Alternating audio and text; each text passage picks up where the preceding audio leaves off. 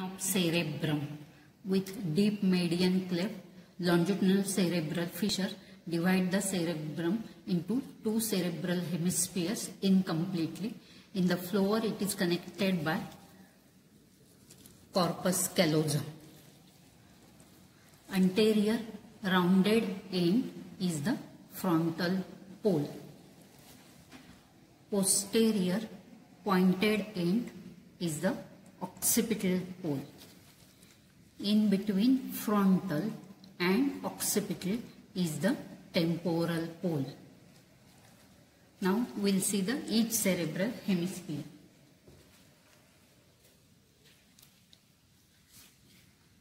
This is left cerebral hemisphere. We will see the poles: anterior rounded frontal pole, posterior pointed end is occipital pole. Between frontal and occipital is the temporal pole. Now we will see the surfaces.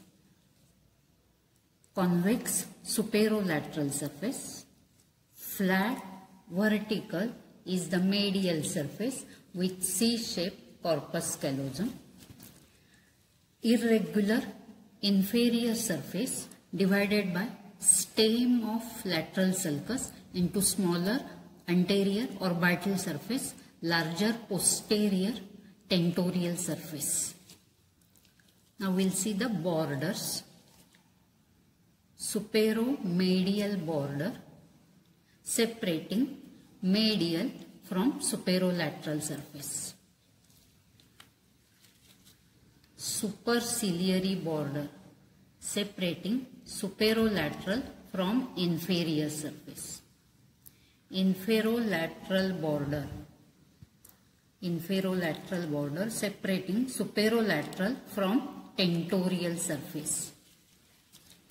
This is medial orbital border separating medial from orbital surface.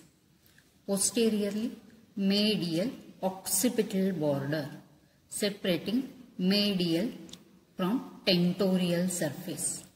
And this is hippocampal or inferomedial border that surrounds the cerebral peduncle. The main sulci on superolateral surface. You can see here many elevations, those are called as gyri, and depressions, they are sulci. Now important sulcus is the lateral sulcus. Its stem begins on the inferior surface and it reaches the superolateral surface. Here it divides into three rami: anterior horizontal, anterior ascending and posterior ramus of lateral sulcus. Now second important one is the central sulcus, which begins 1 centimeter behind the midpoint between the frontal pole and occipital pole over the superomedial border, runs downwards, forwards, sinuously and ends just above the lateral sulcus. 5 centimeter from the occipital pole over the inferolateral border, there is a notch called as pre-occipital notch. Now we'll join these 2 points, that is the parieto-occipital sulcus over the superomedial border to the pre-occipital notch on the inferolateral border. This is the first imaginary line, and the second imaginary line extending from posterior ramus of lateral sulcus horizontally, and it meets with the first imaginary line. Now for better understanding, we have colored these main sulci with blue color and 2 imaginary lines with the red color, so that these 2 imaginary lines and 2 sulci, they divide the superolateral surface into different lobes. In front of central sulcus and above the lateral sulcus is the frontal lobe.